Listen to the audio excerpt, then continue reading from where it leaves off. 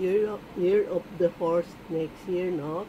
2026 is a fire horse. Tingnan mo, ang gandang horse natin, no? Yan. Ito ang 8 horse. Yan. Marami na kaming calendar, ha? Dumating na, mag-aware na kayo kasi maraming design ang horse, no? Ito po ang bagong dating namin. Cute, oh.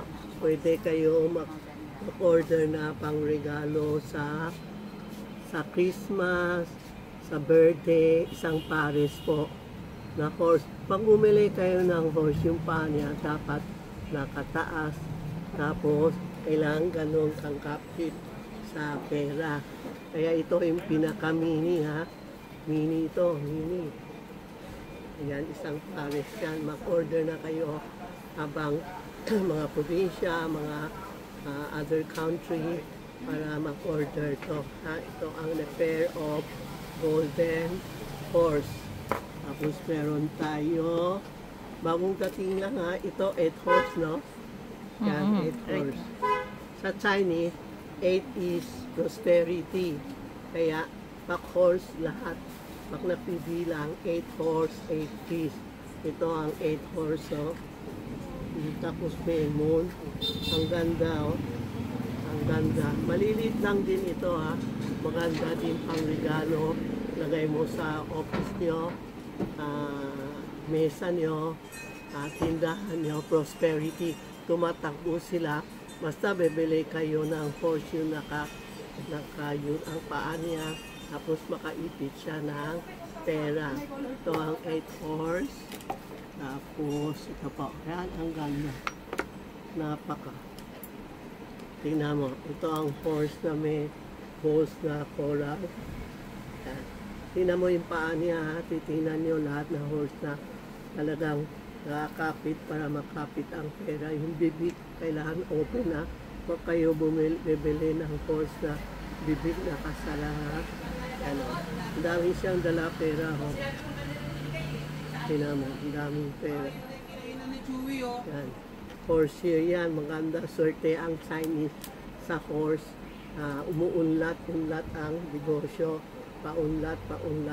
This year, medyo down tayo. Hopefully, next year, swertehin na lang tayo lahat sa 8 horse. Meron pa isa. Kaya, ito, anak, ang bigat. Ito ang white jet ba? White jet horse, no? White jet horse, ang ganda, no? May dala siya pechay, di ba? Pechay is money, di ba? Pag pumili tayo ng pechay, ganun-ganun mo, pera na yun. Yan ang pechay na pang prosperity. Ang paunlat, pag tingnan mo yung bibig nila, ha? Naka-open, baka kayo bumili ng horse na bibig na kasala. Tapos ito, nakakapit ng pera. And pechay, bilang-bilang yan. Yan ang jade. Ang bigat talaga. Jade na,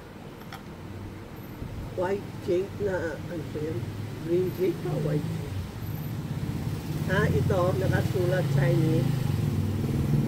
Pag dinagay mo, prosperity na. Yan ang nakasulat na Chinese word. Ang bigat talaga. Ayan. Pag-order na kayo, yan ang bagong dating na